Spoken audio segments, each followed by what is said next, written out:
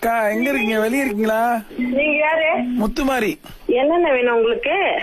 அக்கா என்கிட்ட ஒரு சின்ன பிரச்சனை, நீங்க தப்பா நினைச்சு கூடாது. சொல்லுங்க. என்ன? நான் அண்ணெல்லாம் கிடையாது, சின்ன பையன் தான். ஓ சொல்லுங்கயா. எனக்கு என்னன்னா, எனக்கு 3 ஒய்ஃப். 3 ஒய்ஃபா? அதுக்கு நான் என்னையா பண்றது? இருக்கா, ஏன்க்கா அவசரப்படுற? ஐயோ, இந்த பெண்கள்னா இப்படிதானா? நான் ஒன்னும் கதையை சொல்லி முடிக்கிறதுக்குள்ள நீங்க அதிர்ச்சி ஆவறீங்க. 3 வயசுன்னே எனக்கு அதிர்ச்சி ஆயிடுச்சியா? இது என்னன்னா, என் ஒய்ஃப் கல்யாணம் பண்ண பாருங்க.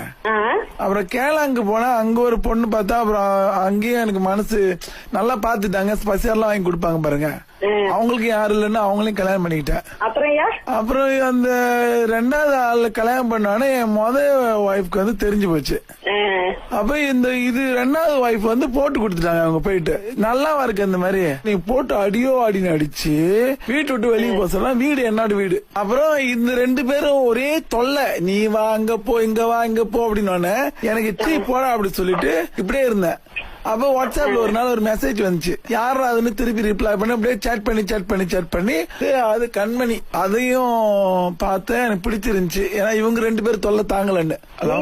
2 பேரு இது பண்ணி திருப்பியும் போய் மாட்டுறீங்க.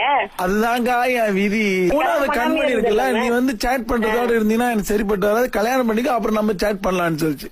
அதை நம்பி கல்யாணம் பண்ண. சேட் இல்லக்கா, சேட்டையா போச்சுக்கா. இதெல்லாம் தேவையா உங்களுக்கு? அதுதாங்க நானே நீ கேக்குறேன், எனக்கு தேவையா அப்படின்னு. இப்ப இவங்களை கல்யாணம் பண்ணது தெரிஞ்சு அந்த 2 பேரும் கிளம்பி அடியோன்னு அடிக்கிறாங்க.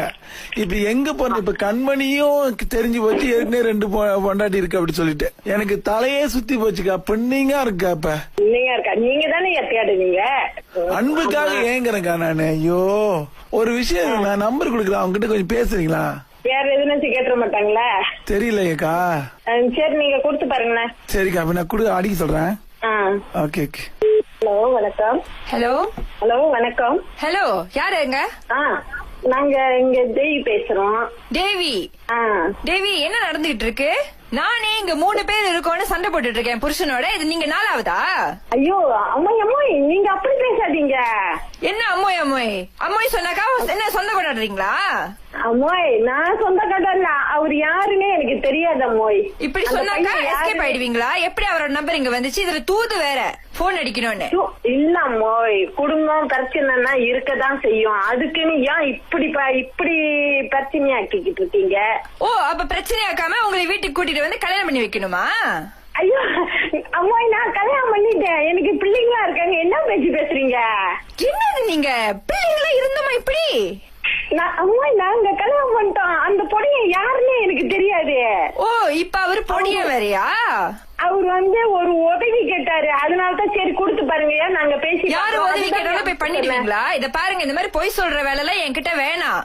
ஏற்கனவே இங்க பெரிய பிரச்சனையா ஓடிக்கிட்டு இருக்கு. இதுக்கு மேல நீங்க ரொம்ப பேசுனீங்க இல்ல அவரை கான்டாக்ட் பண்ணீங்க, நான் உண்மையிலே சொல்றேன், நடக்கிறதே வேற. புரியுதா? நான் வைக்கிறேன் போன. அம்மாய், ஹலோ வணக்கம். ஹலோ என்னக்கா சொன்னீங்க? ஐயா, தயவு செய்து உங்க குடும்பத்து விஷயத்துக்கு நான் விளையாட்டுக்கு நான் வரல. அப்படி பண்ண ஏங்கா நீங்க விரும்புறேன்னு சொன்னீங்களாமே? ஐயோ, நான் அந்த மாதிரி சொல்லவே கிடையாது. ஐயோ, நீ போட்டு அடிக்கிறது வர போன் அடிச்சு என்னக்கா 3 பேரையும் கிளப்பி விட்டுட்டீங்கக்கா. ஐயா, தயவு செய்து நான் உங்க குடும்ப விஷயத்துக்கு நான் விளையாட்டுக்கு வரல.